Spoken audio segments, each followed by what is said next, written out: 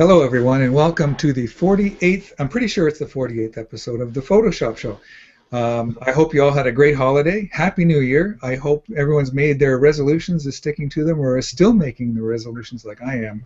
I'll have a few things up online shortly about what I hope maybe to accomplish this year. Tonight we have a great special guest, Dan Hughes from the Nik Collection. He's going to be talking to us and hopefully giving us some great tips and demonstration as well, and I'm going to just go through our regular panel and have a bit of an introduction and just tell you a highlight from your Christmas or holiday season. Dave Bell, hi, it's good to see you again. Hey, it's great to be here. We had just a wonderful time. Didn't really go anywhere, but spent a day hiking up a little mountain nearby, Mount St. Helena. I'm pretty sure. Sorry. 10-mile hike. I got an echo off of somebody. I don't think it's me. Anyway, but great to be back with you all here today. Ron muted himself. Ron, you're muted. I think it's on purpose. Okay, well, I'll introduce what I did. This holiday season, I gave up my office and gave it to my daughter, so I've moved my computer out into the living room, and I'm happy about that because in the new year I'm focusing on event photography, so less clients coming into the house, and just doing personal projects. So event photography is going well for me, and personal projects are going well, and neither of those require an office. So I'm out in the living room. Great. Sorry about that. I had to mute because two of the shows started broadcasting in the background on me. Oh, and I'm Erica Thornus. I forgot to introduce myself. Yeah. Hi, Erica. And that's great. And Jan, tonight, how are you? I'm good. How are you, Ron? I missed you. Yeah, we've had a bit of time off, so it was kind of nice. Well, I mean, not to be away from you, to have a holiday. There's never time off, but there was time off from the Google Hangout. Yeah. Yeah. Any highlights over the holiday, or? Let me see. Well, we went to dinner on Christmas Day at the Stanley Hotel in Estes Park, and that's where they filmed, or at least filmed part of, The Shining. Remember The Shining with Jack Nicholson? Yes, who doesn't remember that? Definitely. So that's pretty exciting. Oh, so cool, and it still looks like that. It was all spooky and weird. The food. Yeah. Where is that, Jan? It's in Estes Park, Colorado, which is north or somewhere, no, I guess west of Boulder, where I live. Cool. Did you get any shots of it? Yeah, a few. Cool. Yeah, so for myself, one of the big events I did, Google Plus person, and I'm just going to take just a second to tell this story because I love Google Plus, the community and how it expanded, and the stories that you hear, and I have a developing story that's just growing even more and more, so I'm going to share it. Just after the holiday, Jeff Moreau, a Google Plus user whom I met right at the beginning of beta, put out a post saying he wants to go into Ontario to do some shooting in the snow. Is anybody up for it? And somebody called me into that post, and I said, hey, I think we could do something up on the Bruce Peninsula because I like to go every year in the winter. So we did. We made a plan, and we actually went on the trip. And driving up on the trip, the temperature just kept dropping and dropping and dropping. So he came all the way from Pennsylvania up into Ontario, and we went on this this great journey into an extremely cold winter wonderland on the northern Bruce Peninsula. And so we tested our equipment. We got a little bit cold, and I think he got better pictures than me on this trip, but we had a great time. And then after the trip, when we came back, we had a little bit of a photo walk gathering. And so he got to meet a whole lot of Canadians that he had circled and had been getting along with. What makes this story really phenomenal is that while we were in the hotel in the evening, after one of our days up north, he looked for something he remembered about being in, or commenting on a post or being in a hangout, and he found the first hangout we were ever in together, and it was, sorry, I can't stop my phone from ringing. Hope no one gets it.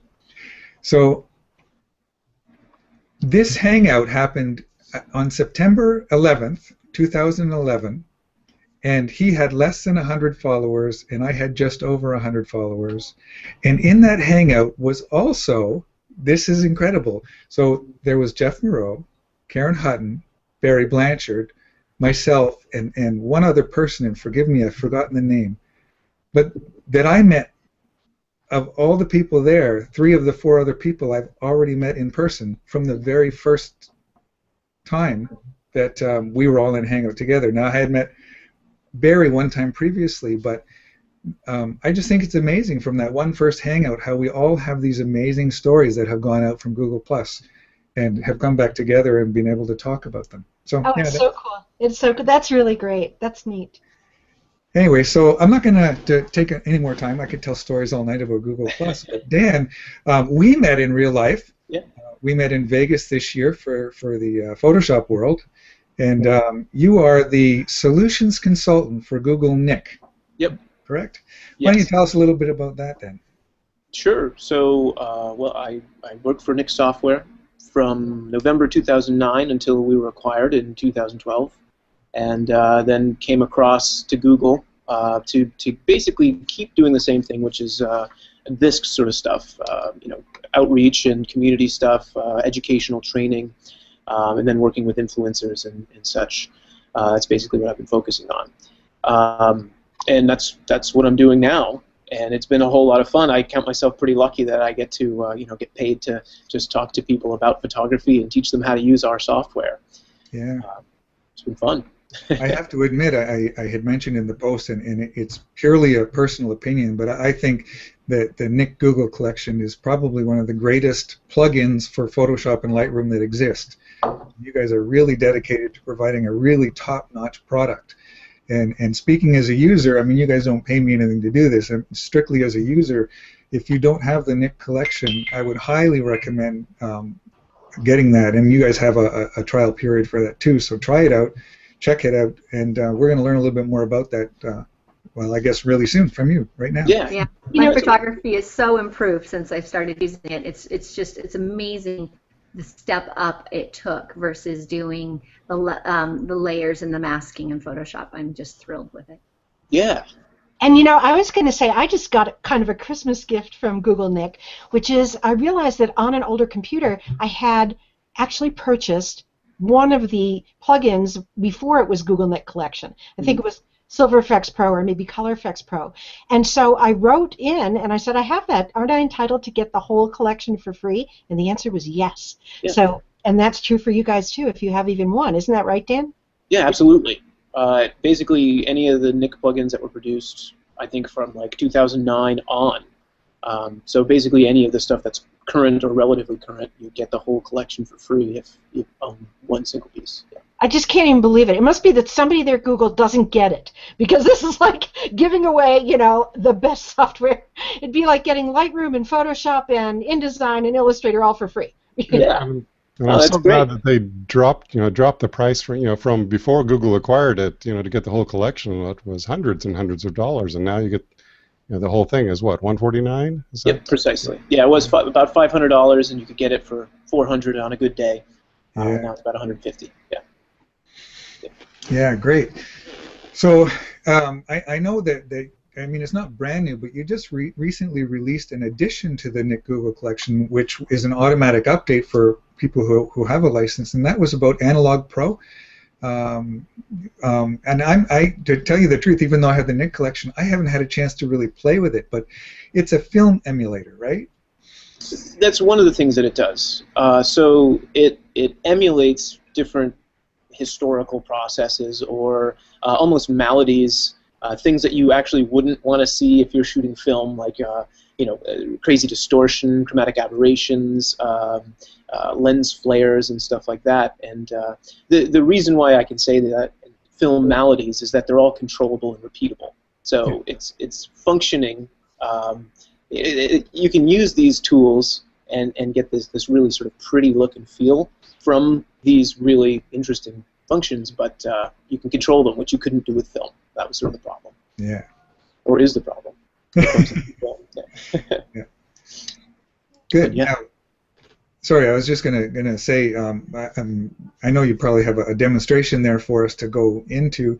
We normally do a little demo ahead of time, but for tonight, we thought we'd just let you take the reins and show us a little bit more about Nik and help educate us and become better, I guess, post-processors, better artists on our work.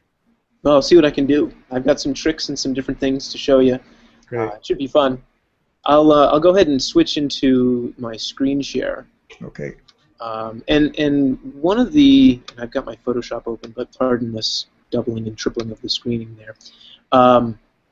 You can see my screen, correct? It hasn't loaded yet. Not It's yet. a bit of a time delay. Here it comes. Okay. That's good to know as well. Okay, now I see ferns. Good. Yes, that's what you should be able to see. So, you know, one of the things that was mentioned a couple seconds ago was that, you know, the Nik tools have helped to sort of develop your photography. And what's interesting about that is it's 100% true, or I believe it to be, because it's a tool that helps you to sort of learn how to see in post-processing and sort of really get a good feel for the potential of what your image can do. And Ron, I think I showed you this photograph back at Photoshop World to demonstrate Analogue Effects Pro, and I wanted to start with this because it sort of is a good grouping of the Nik collection. And that's the thing, is this demonstration I want to show you some workflows and some different tricks, but sort of creating or thinking outside of the box, and maybe not necessarily just using one of the pieces of software for the whole workflow, but using, you know, numerous Nik plugins to build up your imagery. And I'll let this load because I think it will take a second, but I want to show you the before and after. This is the original photograph, and are you seeing the color version right now? Yeah, we see it fine. Okay, I didn't know how much lag we were having still. So this is the original image, and this is what the image will look like when we're finished. Right, so we go from a photograph with no focus, no real direction of light or anything like that. But when Ronald shot this, the photographer who let me use this for demonstrations, you know, he didn't even have to explain to me what he was seeing. I knew what he was trying to bring out here, and he found an interesting composition. It's just the light wasn't perfect, and you can't do much with depth of field if you want to get the whole fern in focus, but the background out of focus, and so on. So in knowing that, you know, I build up the post process to really bring the fern out and push the background back even further, and then sort of creating this glowing-like effect using the raw processing of Adobe Camera Raw, and then in this case the layers of Photoshop. And one of the things that we will have to do is a little bit of layer masking for a little trick that I'll show you in a minute here. But I won't keep us too long in explaining what we're going to do. I just wanted to run you through sort of the before and after, and we're going to get going on that demonstration. So let me delete these layers. Yeah, and just Ron, when you walk through that, I was just gonna you're probably gonna do this anyway, and I'm speaking ahead of turn, but editing in Photoshop as a plugin is different than editing in Lightroom, where in Photoshop you're able to work on layers.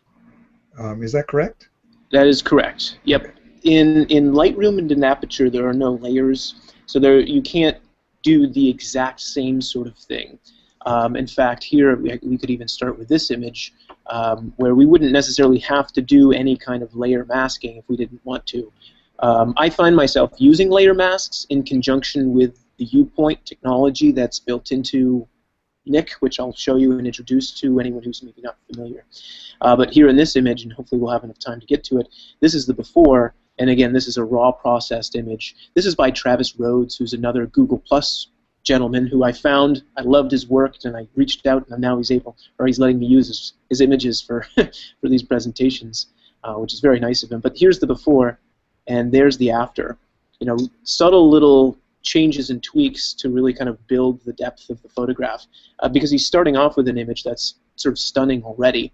I just wanted to bring out the dimension and the depth in the photo. And Ron, if there are any questions, or if you guys have any questions at all, feel free to stop me, and I can diverge from this normal stuff and answer any questions you might have. Yeah, and I'll just mention that now too for the chat, that if they have any questions, go ahead and ask right in the comments, and we'll take them over to you when we can. Perfect. All right. So for anyone who's not familiar at all with the Nik Collection, it is a collection of plugins. Plugs into Photoshop, Lightroom, and Aperture, as well as Photoshop Elements. There's 7 of the plugins now. One is a noise reduction. We're not going to get into that. Viveza 2 is for editing light and color. HDR Effects Pro is for creating high dynamic range images. Analogue is the newest tool in the collection of software, and again, it emulates historical processes and film processes and sort of those sorts of things. We'll show you that. Color Efex is a collection of 55 individual filters. Silver Efex is the black and white, and Sharpener Pro offers automated and the ideal sharpening for both raw input sharpening as well as output. And we will, I think, talk a little bit about that one. But what I want to focus on is sort of the creative layering of utilizing these plugins. And even if you're not using the Photoshop or Photoshop Elements version, you can use multiple pieces of software from the Nik Collection. Meaning, even though you can't use layers in Lightroom and in Aperture, you can use Color Efex and then go into Silver Efex and then finish with Sharpener Pro. The process just looks a little bit different. Even though the interface and everything I'm showing you today will look exactly the same technically. Anything you see on the screen. Okay, so that said, I'm going to open up into Color Efex. This is the collection of 55 individual filters. Hopefully we don't have any technical problems. There we go. Opens right up. And it's actually going to open up into the first filter that I used the last time I used the software, which was the Brilliance and Warmth filter, which is one of my favorite filters. It's probably the best color and saturation adjustment tool that's within Color Efex Pro in terms of controlling saturation. And this little guy here called Perceptual Saturation, it's a unique algorithm to Color Efex, and it basically increases the amount of saturation as you slide it to the right in a way that's much closer to the way the human eye sees color in relationships, as opposed to a standard saturation slider, which basically just increases the vibrancy of the color as you slide it to the right, or decreases it as you slide it to the left. So it's a really interesting tool, having that perceptual saturation thrown into the mix. That's not what we're going to use here. What we're going to use here is the Midnight filter. And actually what I want to do is I'm only going to pay attention to the background of our photograph.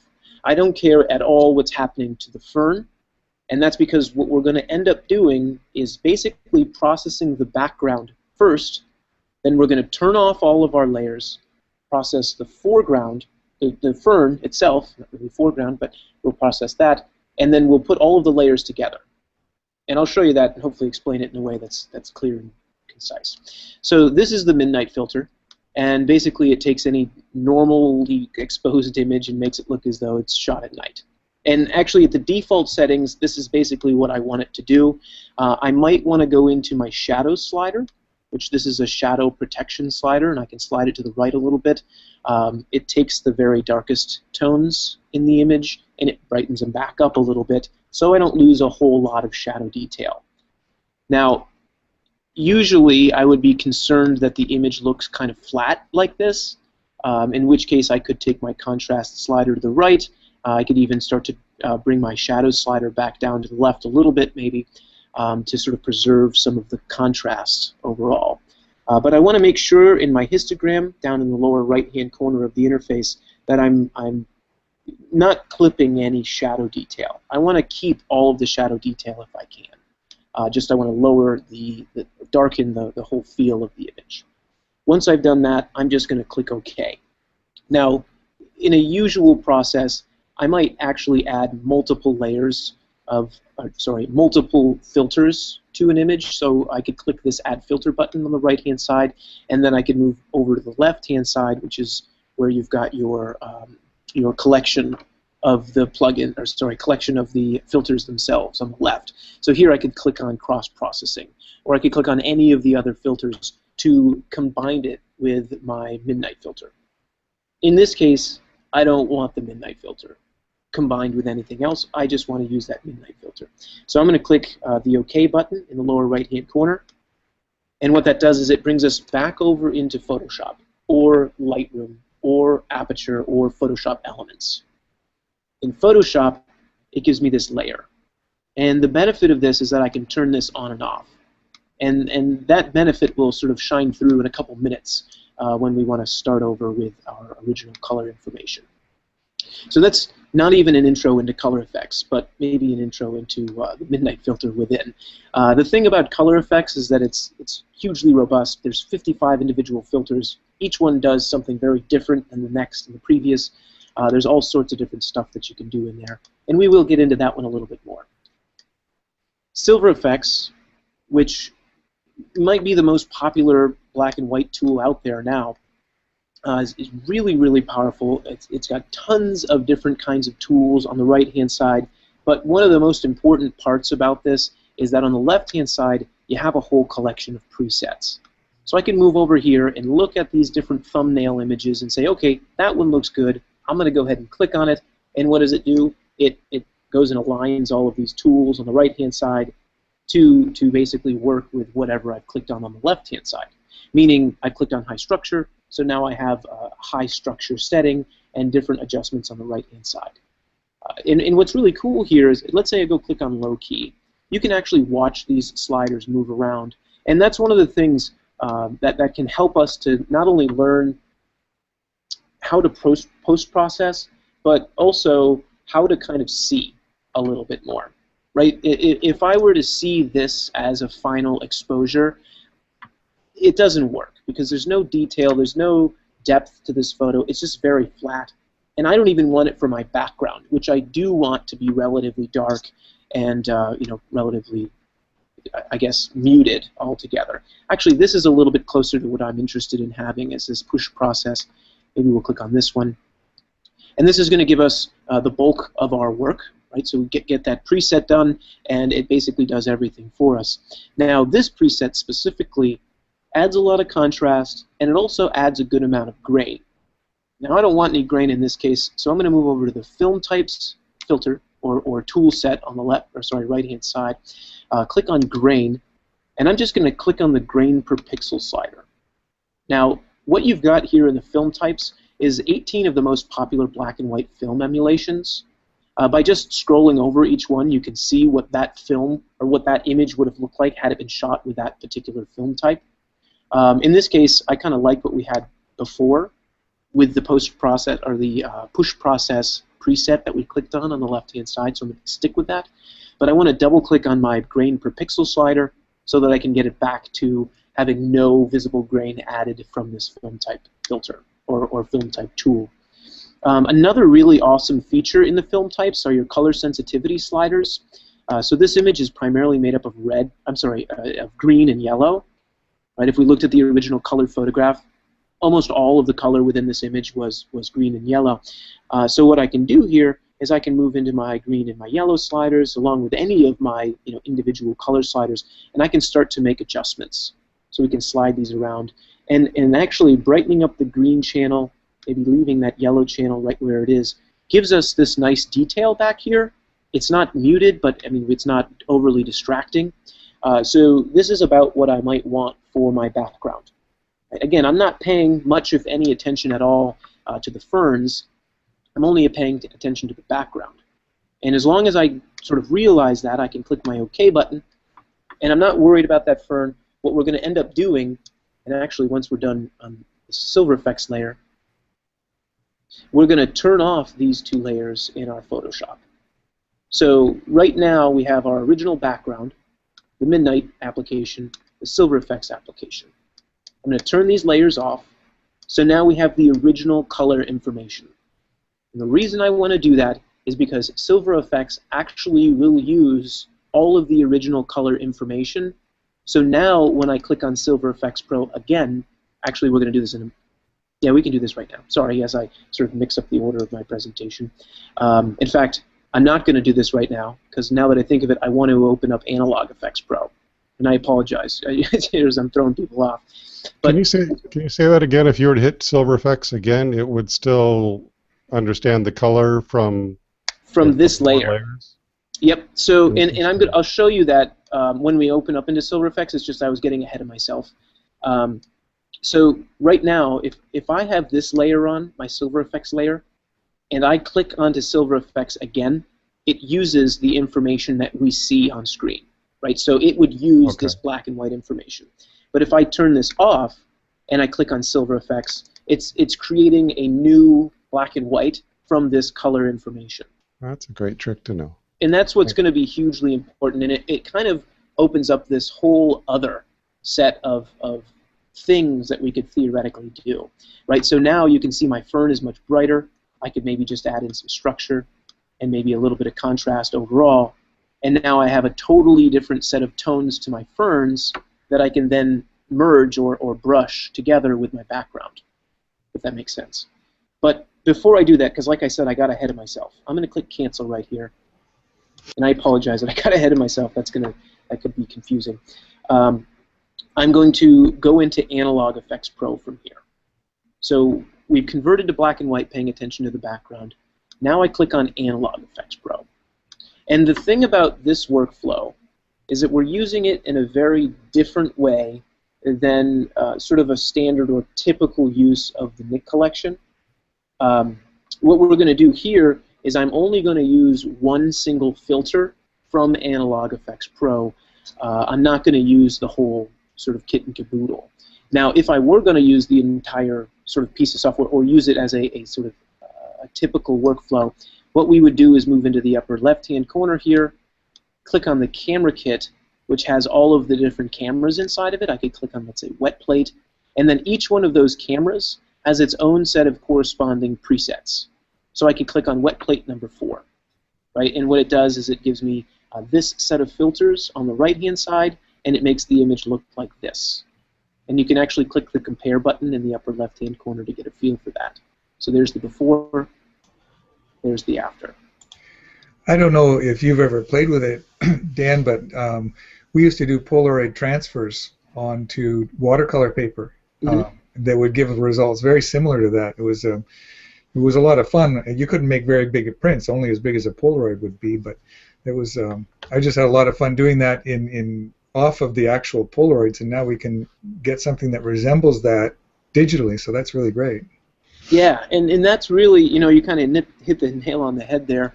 That's sort of the goal, is to be able to take the digital images and get the feel of of a Polaroid transfer, or a wet plate, or shooting with a toy camera, or even taking a camera out of the attic that's been stuck up there for 40 years, and all of the internals are all musty and moldy and so on, and you can get, using, let's say, the vintage camera, that kind of feel.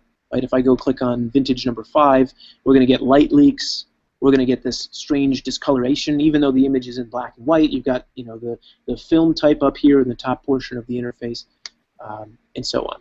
And I'll show you. We can get into that in a little bit.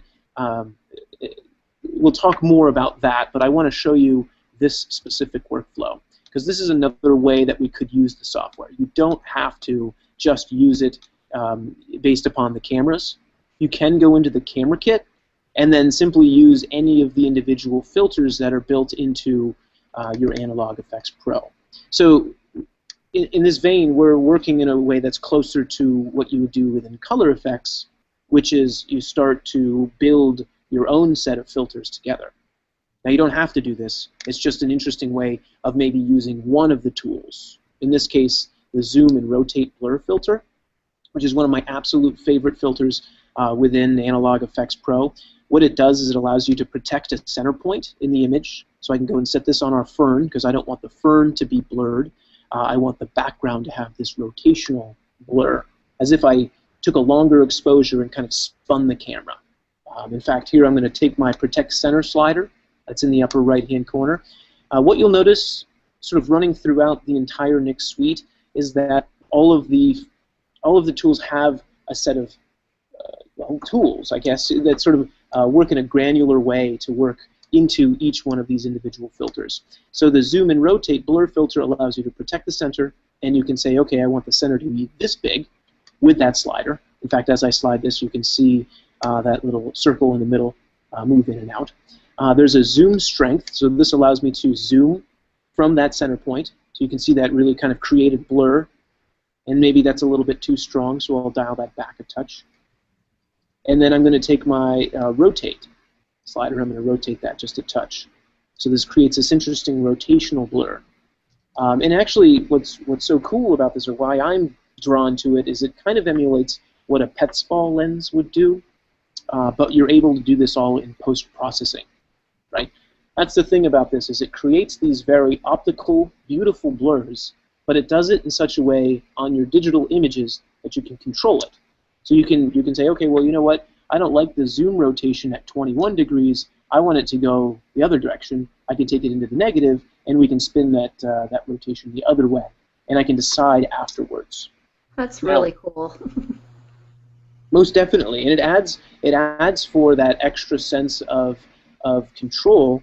And if you can kind of visualize or pre-visualize, you know, as Ansel Adams would say, now we're just doing it a little bit of a different way. So we're pre-visualizing our post-processing, and we're able to control all of these different aspects that we really couldn't control before.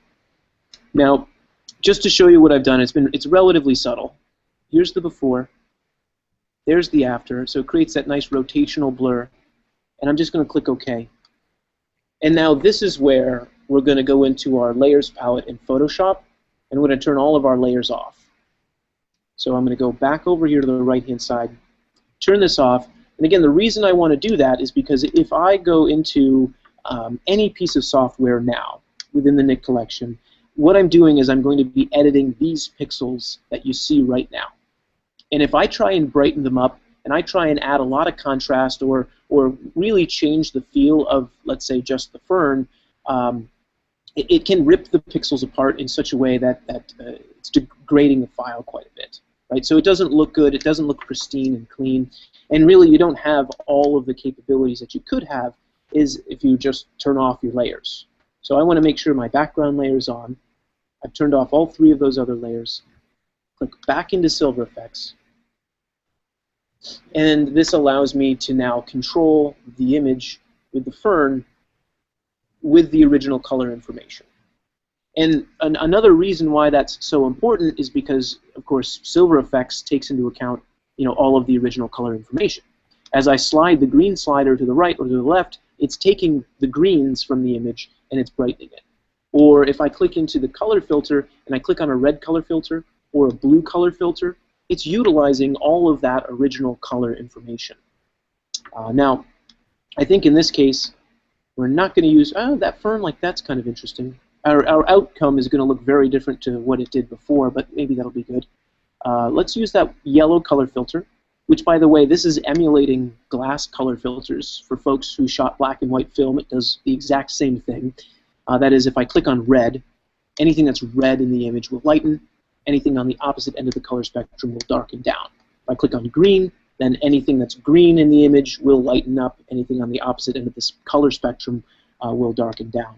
And you can control all of those aspects as well. So let's say I don't want it to be so strong. I can dial that down. Then I can move into my contrast and amplify the blacks. We have all of these proprietary contrast controls that are built into Silver Efex Pro, which allows me to control this contrast in such a way that you can't do anywhere else. It's only here within Silver Efex. So now I'm sort of just edging this stuff up. I want a good amount of contrast. I say we actually move into the dynamic brightness slider. If I were to put the foreground and the background together right now, I think the difference between the densities would be so great that it wouldn't look right. That is, it would be, the fern would be way too bright compared to the background. So I'm going to move into this dynamic brightness slider and start to dial that down just a touch, and maybe take my highlight slider to the right. But now what we've got is this really kind of pristine, really sharp fern compared to all of that stuff that we did with the background previously, with the blurring and the darkening of the tones. I say we even add a little bit more contrast. Let's bump that up. There we go. Now we have this really nice silver feel to the ferns. I'm going to click the OK button. Now, with this fern, I've actually already created a layer mask and saved it so that I'd save time, because this layer mask would take a little bit of time. But now what we've got, if I turn off this layer, is the original color information. Right? Then we turn on these three layers. We've got all that. That's our background. Now, as soon as I turn on my Silver Efex layer, I have basically nothing. You don't see anything underneath this second Silver Efex layer. So for anyone maybe not familiar with layer masking, what I need to do is click on this little button down here in my layers palette. Oops, as I click off of it. This little button, it's a rectangle with a circle in it. If I click on that... The washing machine, I've heard. Yes, yeah, it looks like a front-loading washing machine, or the top view of a top loader. That's not okay. So by clicking that button, sorry, as I get off sort of topic, I get a white layer mask. And what a white layer mask does is it reveals the entire layer. So it didn't change anything that we've done already, right? Because it already was revealing. But if I actually hit Command-I on my Mac or Control-I if I'm on a PC, it'll invert that layer mask, right? So now you see that it was white, now it's black. A black layer mask conceals that layer. Now what I need to do is grab my brush over on the left-hand side of the interface, of our Photoshop interface, by the way, and I want to paint white into all of the areas where we want that fern to come out, right? So this is what we would normally do. I'm going to load the selection in a minute, because if I don't, you'll see my edges aren't very good because I have a large brush. And I'm not using a Wacom tablet right now because I'm in a situation where I don't have my Wacom tablet, unfortunately.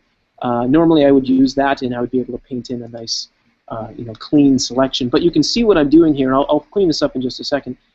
If we look at the before and after, there's the before, right? And here's the after. So now we have this depth and this separation off of the background. I think it's actually really important if I load my layer mask. Hang on just a second, ladies and gentlemen. So let me delete that. I'm going to go up to, since I've saved a selection earlier, I'm just going to go up to Select, Load Selection, and the ferns, I called it. Click OK. That'll load my selection. And once you've loaded a selection, you can just hit your layer mask button again, and now we have a nice clean selection that I made. But again, what I just did was preloaded. I did that before, so I don't mean to throw anybody off. But again, there's the before, there's the after, and by layering these things together like this, you're able to control your image in a completely different way than you could otherwise do. Now, to kind of mesh these together, I'll actually go back into Analogue Effects Pro. This time, we're just going to use an edge or a border from the or a frame, as it's called in Analogue Effects Pro. So I'll move over to the left-hand side of my camera kit, click on Frames, and now I can go in and just pick whichever frame that we might want. In fact, Ron, these might look familiar. We've got a couple sort of Type 55 Polaroid edges. Yeah. A little bit different than what probably most transferring Polaroid film that you would transfer with, but same sort of feel. Yeah. So here I'm just going to click on another one, and I'm just trying to find the right frame for this image. I think one of these would actually work well with the black edge. I just have a question there. One of the people in the comments asked, sorry to backtrack, but where do you find the perceptual saturation filter? Great question. It's within the Brilliance and Warmth filter in Color Effects Pro 4. And I'll actually show you that. We're gonna work a more straight workflow, which actually would have been a much better photograph to start this presentation off with. But for some reason, I got ahead of myself, probably because of the fact that before we started the presentation, I was at my parents' house. Was going to do the whole thing here at my parents', but their internet went out, so now I'm at the school that my mom works at, and it sort of threw off my my game a little bit, I guess. So we'll actually, I meant to start with this image, and we ended up just starting with this photograph. So, anyways, I'll show you the perceptual saturation slider in a couple minutes. But just to kind of finish off with this demonstration, again, here's the before. We did our 3 layers to kind of pay attention to the background. Our Silver Efex layer to get the foreground, again, sort of utilizing that original color information. And then I just finished the whole thing off with a frame to kind of tie the whole thing together. It kind of finishes off the whole thing. But that's that first image. And again, that's sort of using the collection in a different way than what we would typically do. This image is something that would be sort of more typical of most workflows. The other one was a very sort of specific sort of way of using the tools.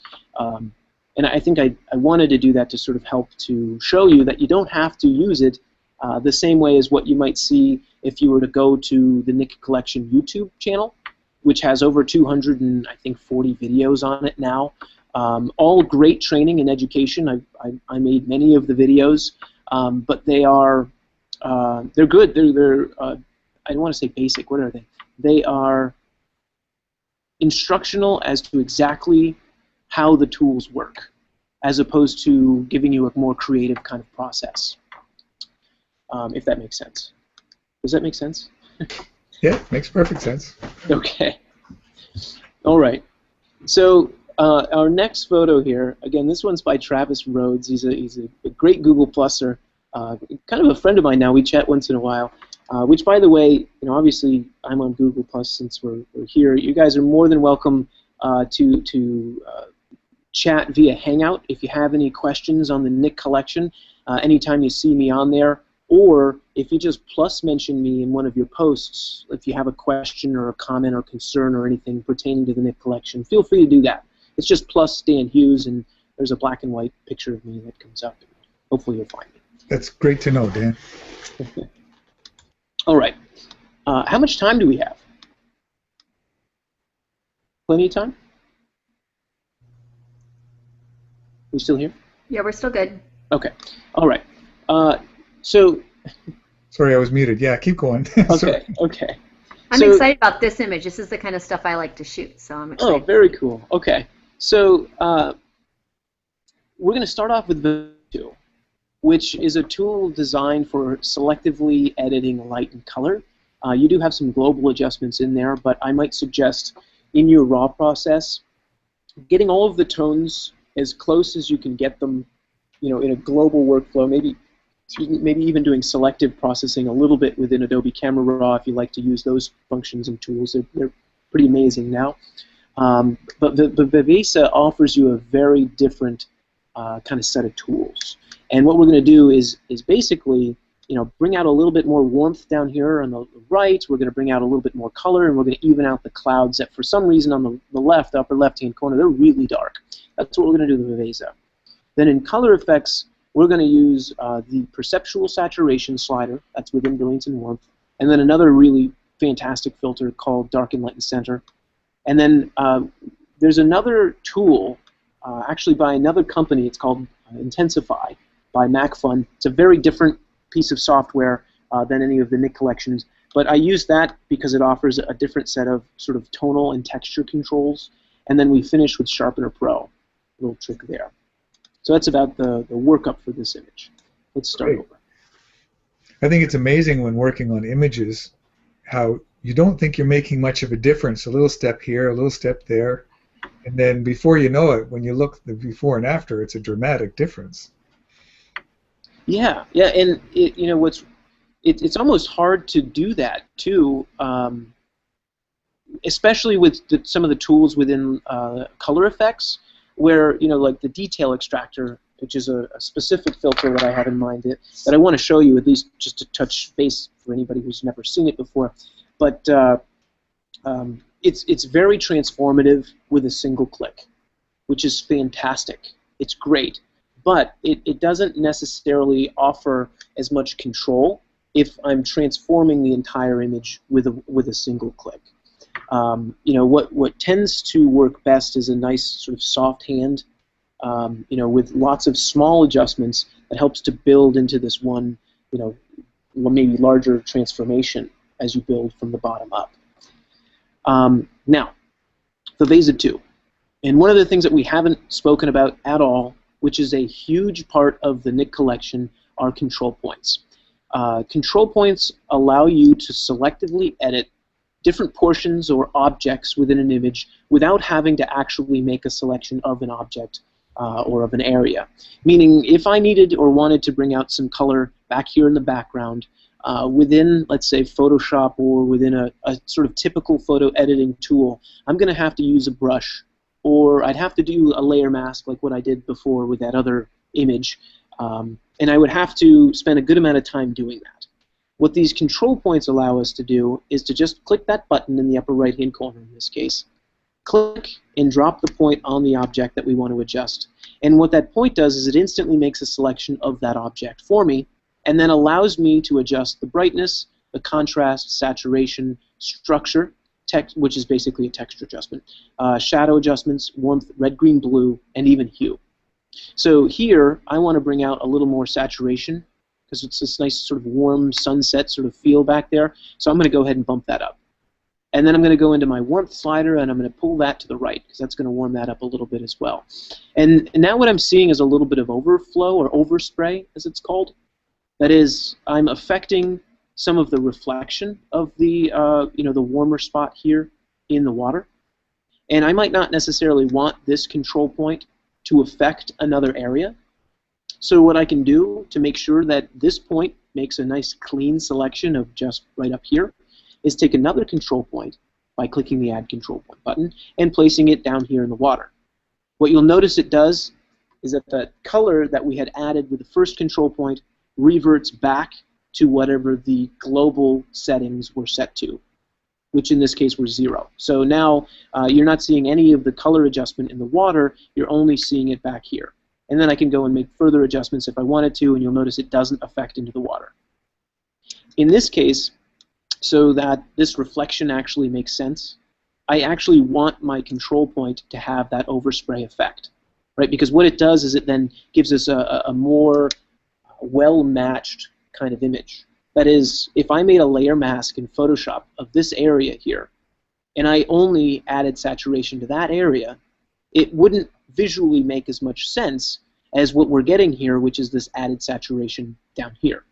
And that's another thing that I kind of touched upon earlier, is that this can kind of help you to see a little bit more of post-processing and of controlling light and color in your imagery, in that these control points, they make a very photographic looking selection.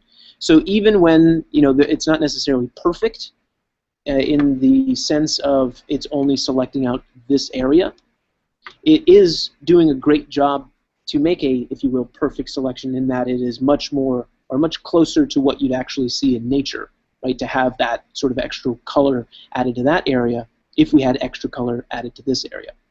And again, to control that, if it were too much, you just add more control points. Because as you add more control points, each control point kind of gets more intelligent, it gets smarter. Because as you add them, it creates an averaging system. Oops, as I remove way too much warmth from that area.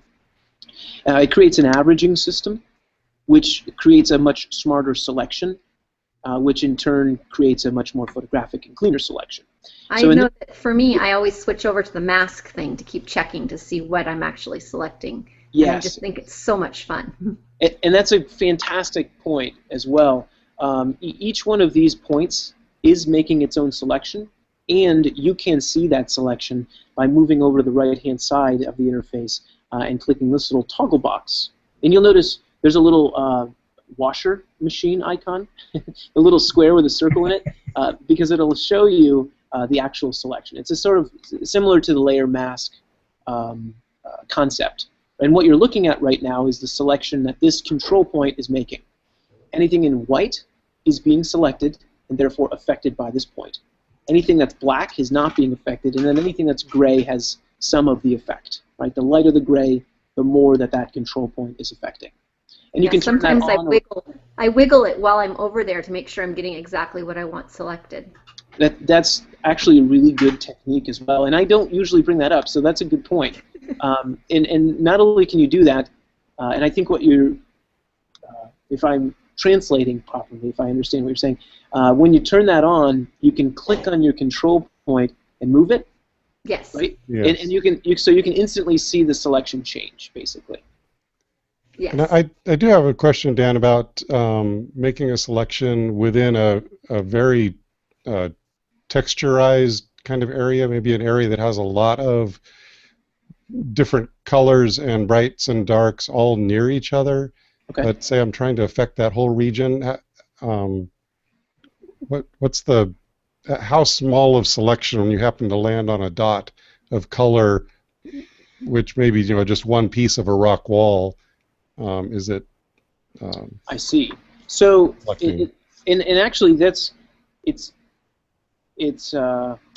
I don't know what the correct term would be. It's going to be completely dependent upon the object that you place it on, based upon the colors, the tones, and the textures. So, let's say you were working with a graffitied wall. you know, and there's a good amount of texture to the wall, and then you've got all the different, you know, the paint in the on the wall itself. You might need to use a whole bunch of control points, like, you know, let's say you have 8 different colors and tones. You're going to have to use 8 different control points so that you can control all of those individual things. Okay. I don't know if I have an example of that exactly. I mean, I don't have an example of that specific thing, but if you come up with an object, maybe I've got an image, or if you have an object, you know, or an image that you're thinking of right now, we can open up and you can screen share. Maybe we can sort of talk through it, because that's a great, you know, example, and it's really important to be able to sort of properly understand how these control points are working. And in that situation, which is relatively common, I just can't think of any. Mm-hmm. And just before you went on, I had one more question from the comments. Once you click on Save in Whatever Nik plugin, is there a way to reopen the same image or layer into the same plugin and retrieve the history? In the Photoshop version of the software, there is. But you have to use smart objects within Photoshop. If you're working within Lightroom or Aperture, there's no way to sort of open back up and re-edit the image.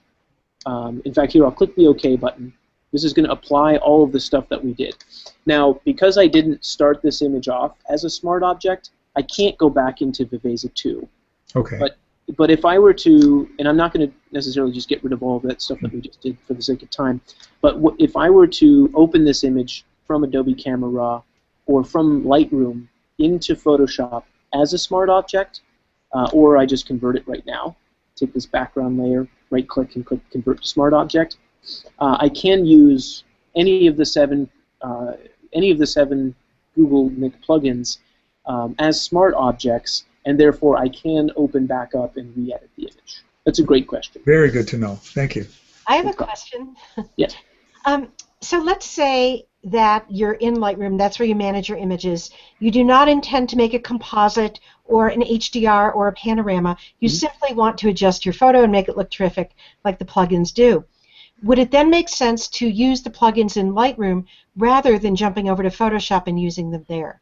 Most definitely, yeah. So, you know, I do the demonstration from Photoshop for, you know, basically because I tend to do most of my Nik editing in Photoshop because I like to use the layers and layer masks. But if you have images where that isn't needed, most definitely stick within Lightroom, you know, do your raw processing, and then use the Nik plugins in there because it has all of the exact same capabilities you're seeing here, except for layers, layer masking, and basically you know, blending modes and smart objects. And if you were to do it in Lightroom, would you be able to go back in, you know, just continually readjust the sliders in Lightroom as you can do with Lightroom's developed sliders? No. And no, and the reasoning behind that is because Lightroom is made up of 3 kind of modules. Your input, which is your importing, your post-processing, which is the develop module, and then your output, which is, you know, the print module, the book, and so on, and you know, slideshows, stuff like that. And because Adobe, rightly so, won't allow the Nik plugins to get into the develop module, we can't provide that sort of processing, if that makes sense. So what do you get when you finish? So if you start with a raw file in Lightroom and you do this stuff, is it still a raw file, or is this made a copy that's a TIFF or a PSD? I see. Yep, it actually duplicates your file, and it makes it into, by default, it makes it into a 16-bit per channel TIFF file. So what you're left with is your original RAW, and then a second duplicated file that has the Nik plugin applied to it. So you end up with multiple versions. Yeah. I think I see. And is that because it's using the external editing preference in Lightroom, whatever you set there, TIFF or PSD, 8-bit, 16-bit, and so forth? Yep, because it's got to, basically it exports out of Lightroom into the Nik plugin, and then it re-imports itself when you're done within the Nik plugin. Terrific. And that's going to be the same thing even if you use Photoshop, because Photoshop's not going to work with the RAW either. You're going to end up with that second copy. Well, in Photoshop it's a little bit different, because in Photoshop, once you open your RAW file, and that's that is exactly what happens. But once you are in Photoshop, you then have basically an open Photoshop file based upon whatever you told Adobe Camera Raw to open it as, 16-bit channel, 8-bit channel, file.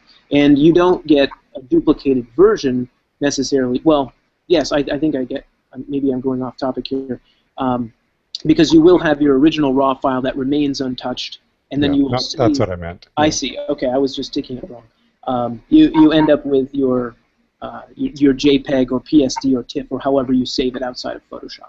Yeah. If you don't mind, I'm going to interject because I had this conversation on a thread just recently, and my advice to people is if you're the kind of person that edits and then just kind of leaves it alone, doesn't need to go back to layers and things, then editing within Lightroom or Aperture is probably the way you want to go.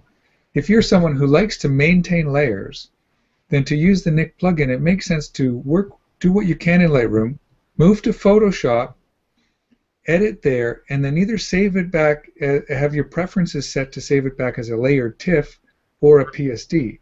Then you can always go back to Photoshop and work on your layers after that. And that's kind of the way I look at the two different ways. To work from Lightroom to Photoshop, then to Nik, you're able to maintain layers.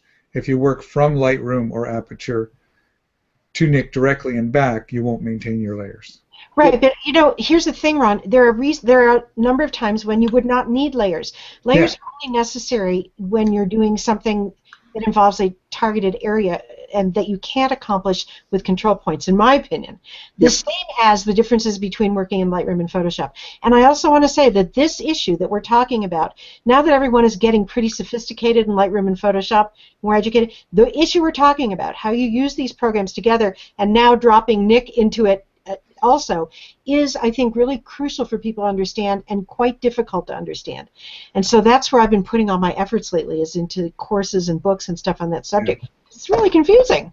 It is confusing. There's a lot to know. And like I said, to try and simplify it, I just told people if they have a need to maintain their layers for whatever reason or go back to them, it's just wiser to work from Photoshop to Nik and then back to Lightroom.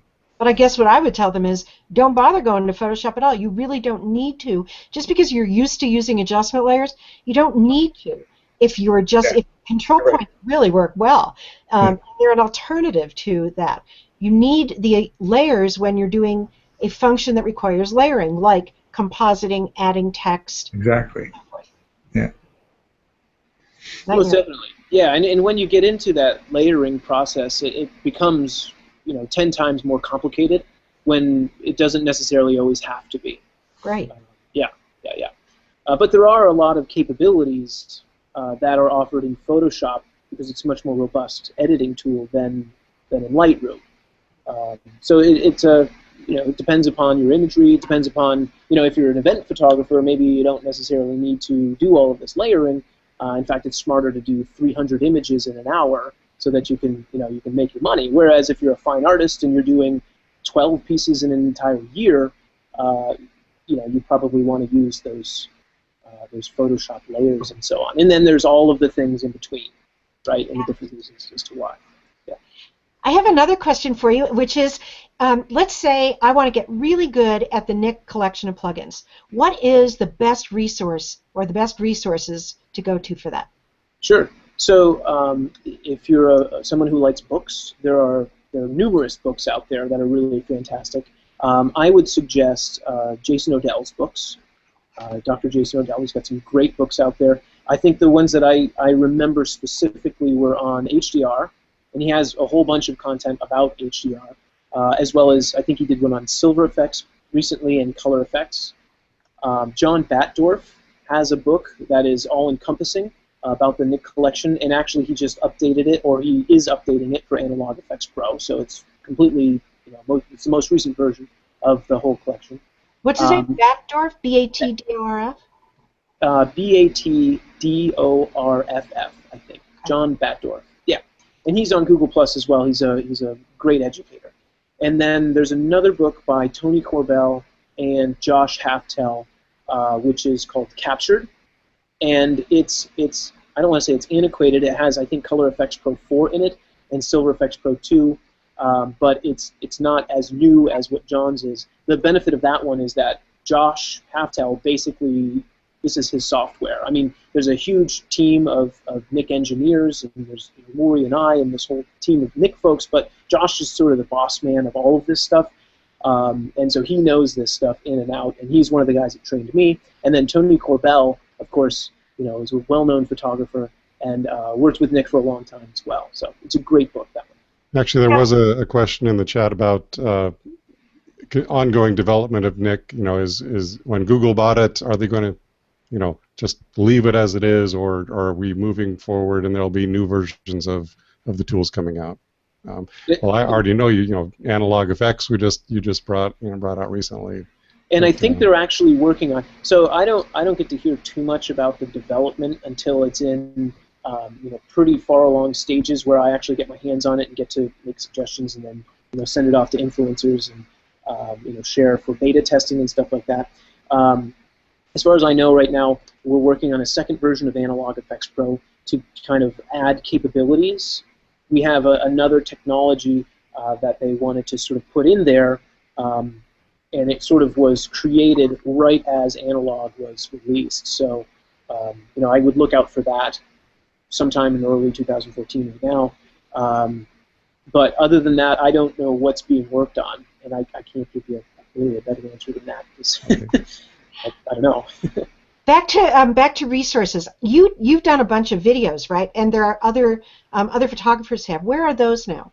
So if you go to YouTube and you actually search for Nik Photography or just Nik Software, you'll see the official page will be one of the top hits if you search for Nik Software, or the top hit if you do Nik Photography.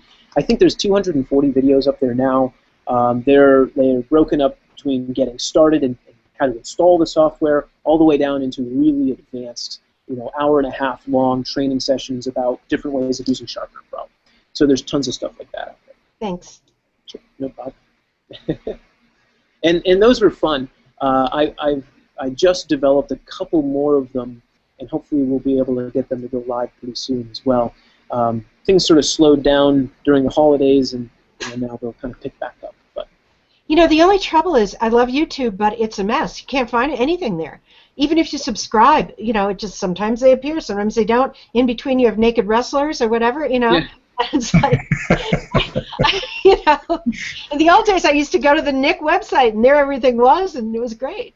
And you can find the most recent stuff, the most recent Nik photography posts, and the most recent YouTube videos that we put up. But if you want to find a whole bunch of them, it's kind of just easier to go to YouTube, search Nik Photography, and you'll be able to. And it's actually, it's as well laid out as I could figure out how to lay it out. So it should be pretty navigable at this point.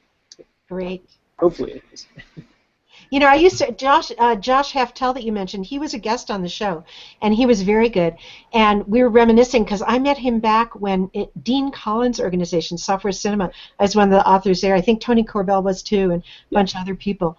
And and I remember thinking, what a nice company Nik Software was back then too. Such nice people, and it wasn't very big, was it? Nope. Well, we had when we were acquired, we had about 100 engineers, 90 engineers, I'd say. And then sales and marketing, there wasn't more than 60 of us altogether. Yeah, amazing. You put out the most, for that number of people, to put out that world-class software is so cool. Yeah. Oh, it's incredible. Yeah. It's a little different now that it's at Google. Yeah. I guess being with Google, you're in a department, but now you're part of the bigger whole. So. Yep, and it feels very different. Yeah. Yeah. Yeah. So as far as the demo goes, did you have a little more to show us, or? I have hours more to show you, but I'll only keep you for a couple more minutes. I wanted to show that perceptual saturation slider that we had a question about. That'd be great. And then one other filter within color effects, at least. Okay. Here, I'll switch back to my screen share. And let me know when my screen comes up. Okay. I got it now. Okay. So here we've opened back up into color effects, and I've opened the brilliance and warmth filter itself. You do have a sort of standard saturation slider, which again, if you slide that to the right, it just increases the vibrancy, the saturation of all of the colors equally. It's a regular saturation slider, which is a control that we have to have. It's an important tool to have and use. So I don't want to discount it, but it's very different than that perceptual saturation. Your warmth slider allows you to warm or cool the whole image. And then, of course, you can use control points, which I'll show you. But my perceptual saturation slider, if I slide this up into the right, again, what that does is it works to add more saturation, but it works with the relationships of the surrounding tones and colors of all of the objects in the image. Meaning, if this orange was that orange in the before, so if this orange was here, and let's say this orange up here was exactly the same initially, as I add perceptual saturation, because this orange down here is surrounded by different tones and colors around it, it will actually get a different amount of saturation and a change in the hue compared to the same orange, or the initially same orange up here. Interesting. And so it offers, again, just a different kind of control. And then let's say we love what it's doing in here and in most of the image, but my clouds are going really blue and maybe it looks a little bit out of control and oversaturated. I'm going to take a minus control point from the right-hand side of the interface. And what a minus control point does is it allows us to remove the effect from the object that we place that minus control point on. So these control points, that, eh? it gives you, the utmost control over this thing that you otherwise wouldn't have control with the perceptual saturation. And then it also allows you to do it selectively with the control points without having to use layers or layer masks. So it can be an incredibly important tool.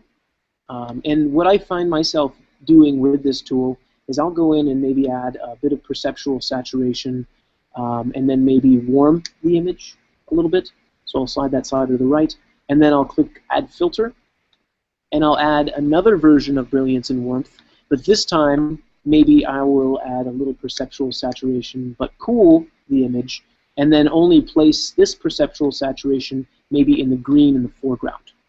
Right? So now I'm playing off the sort of color theory of warm and cool colors and how they contrast each other and how that helps to create depth really quickly with these control points, and again in a different way than what we could have done using standard saturation adjustments. I went back to the first brilliance and warmth, and I put a minus control point down here because I've added the second brilliance and warmth where I added that color there. But again, what that helps to do now is we've got more color contrast, if you will, or more color sort of depth because of this color control, and more saturation as well, since we've bumped that up. And what I like so much about that is that you can add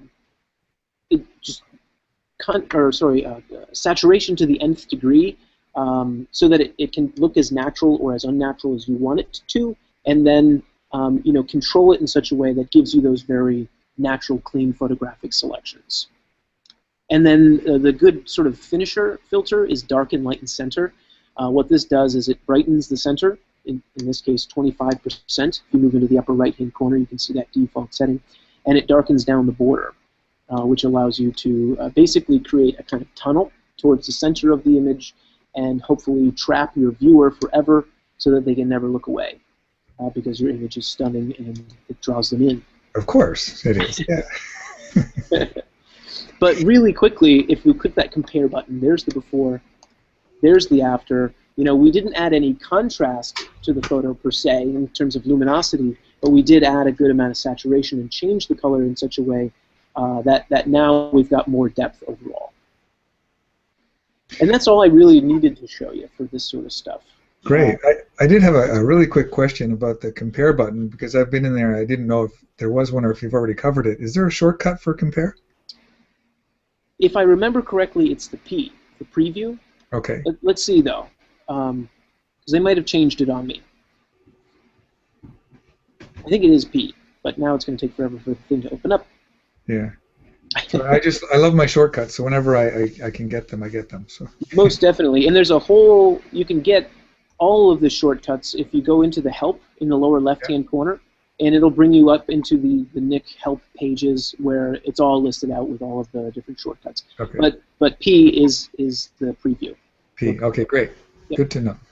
So it was very helpful for me to see the filters that you chose, and you were saying, oh, this filter is good for this, and this is good for this. I'm wondering, is there a way, something I'm missing that would tell me that as a user? You know, problem being there's this huge long list, and you're not going to try every single one on everything. I'd like to know, like, oh, this one is really a vignetting filter, and this one is a set. You know what I mean? Yep. How does that work? Well, on YouTube, we have we don't have necessarily a list because, well, here's the thing.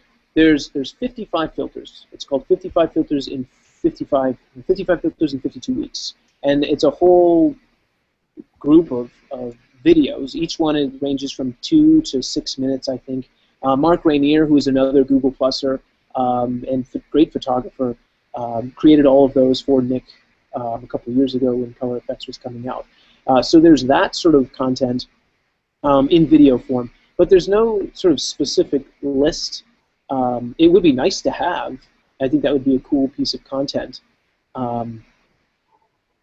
Yeah, I mean, I think that's something that should be developed, actually. Couldn't you make your own groups up at the top? You know how you can now, where it said travel and such, you could make more like functional groups that weren't subject or photography genre specific, but rather use specific. Yep, and you can actually do that.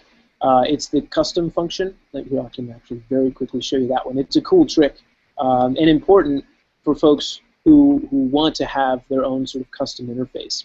So if I open back up into Color Efex, you'll see it's the favorites in my upper left-hand corner, and it allows me to add my own or create my own list of favorites. So in the upper left-hand corner here, I've clicked on favorites. These are the filters that I find myself using. Well, not necessarily all of these, but these are a lot of the filters that I find myself using. And if you want to create your own, you just click on the little star that's to the left of each one of those labels. So like Detail Extractor is a tool that I use. Darken Light and Center I use all of the time. So I'll click on that star. Cross Balance, Contrast Only, I use that one. So now as I go into Favorites, all of those filters that I clicked on that little star is added into that list, and therefore it's easier to find them. And as a Photoshop user, you'll actually find these. You'll actually find them in the Nik Selective tool as well, which is that access point right here. If you, I can't click on it right now, but you'll see these are my favorite filters there in the Nik Selective tool. That's right. So that helps speed up the workflow again. Most definitely. Thank you. This is the Detail Extractor. It's one more filter. Really important tool. You can use this for multiple different things, but if I click on it, the before and after, here's the before, there's the after. You can see it brings out all of the textures and all of that contrast. And this is a hugely important filter for many different kinds of photography, or even just bringing out a little bit of texture in the clouds or different portions of the photograph. Great, great tool. I would highly suggest trying this one out. Is that one kind of working on mid-tone contrast? You know, it's interesting. It does work with mid-tone contrast, but it more focuses on the actual very brightest tonalities and the very darkest tonalities. It will, like in a wedding dress, it will take the brightest highlights. If there's any detail at all, it will darken down those highlights and it will add contrast. It does affect the midtones, just not as much as it affects the very brightest values and the very darkest values. I think that sort of information is really useful, at least for the way that I use these tools. Sort of like, imagine you're in Lightroom's basic panel in the Develop module. You know, I see a lot of people, they just go, oh, let's try this slider, let's try that slider, much as some people might just try filters in this program, in this plugin. Yep. But if you understand what they're doing, then you'll reach for the right one and you'll drag it in the right direction or put it in the right place. You know what I mean? Yes, most definitely. And actually, the training tutorial videos, that's the exact goal, is to tell you exactly what these sliders are doing, what the goal of the filter is doing. It just sort of takes a little bit of time to watch those bits of content, you know. Great. So I will watch them all, I hope. Yeah, it's a bit of an investment. Maybe one a day. Yeah.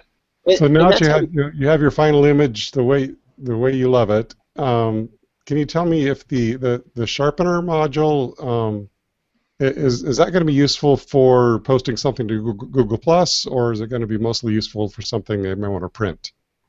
It's mostly useful for outputting to print.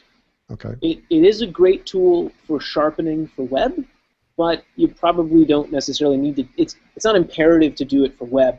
Whereas when you're making a print, it's one of the more important things to do in your final step is to make sure that there's some kind of sharpening for output for, whether it's inkjet or if you're sending it off to a lab.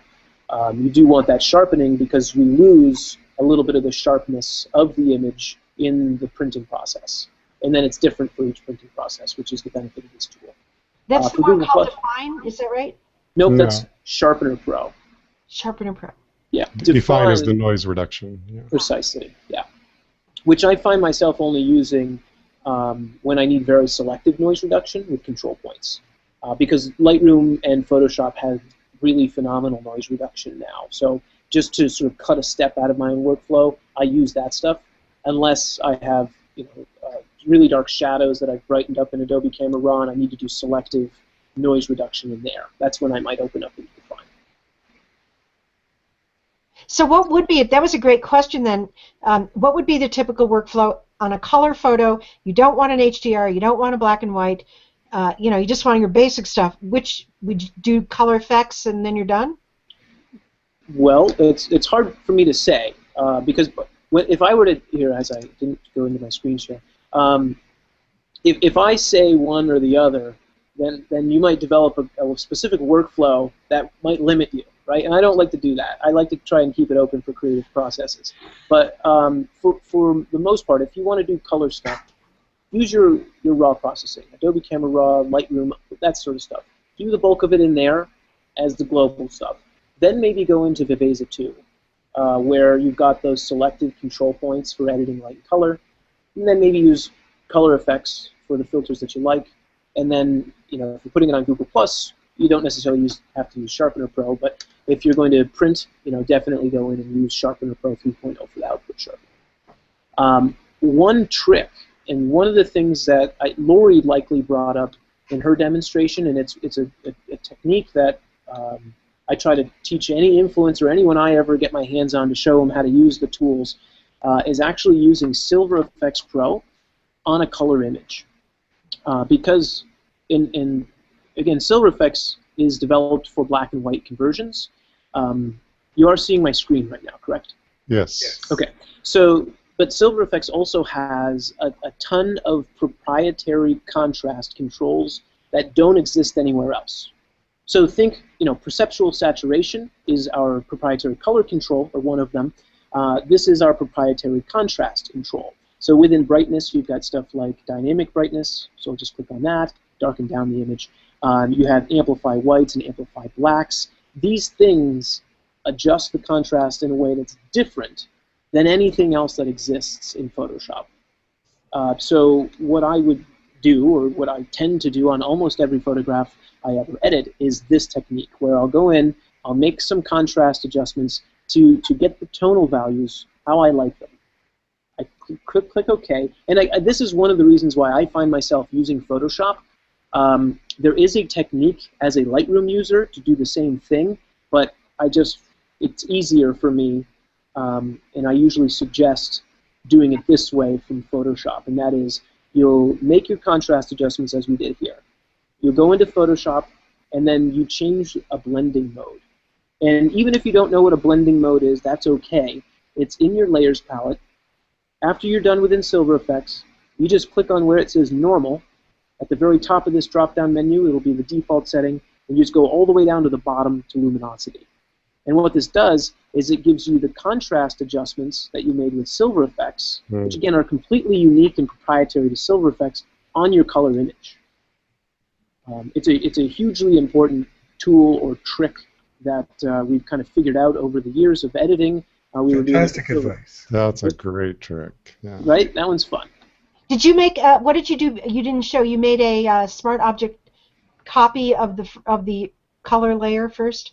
Nope, I didn't do. I just opened into Silver Efex, and then once I was done making the contrast adjustments that I liked, I went. Basically, it gave me this. Silver Efex spit me out with this as Silver Efex layer on the normal blending mode, and you go from the normal blending mode down to the luminosity blending mode. So Silver Efex makes the duplicate layer for you. Precisely. Yep. Any of the Nik tools will make a duplicated layer for you like that. Fantastic. I'm doing that. Yes, definitely. Definitely. I'm just thinking about that now. It's just starting to expand in my mind. If I did that and I incorporated it with layers and have the control of my brush, holy cow.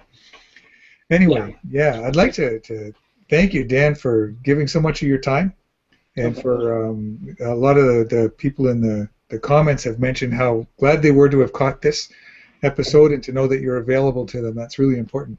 Yeah, definitely, anytime. Yeah. And we're gonna sign off and say goodbye.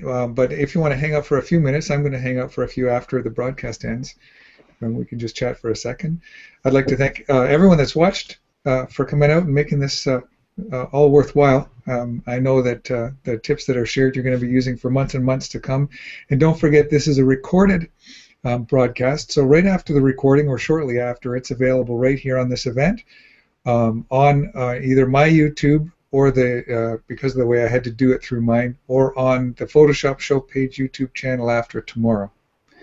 And or on my channel as well, and please do. Yeah, and on Jan's channel as well. So just go to one of our profiles or to the Photoshop Show page, click on YouTube. In the next 24 hours, it will be there to watch and re-watch.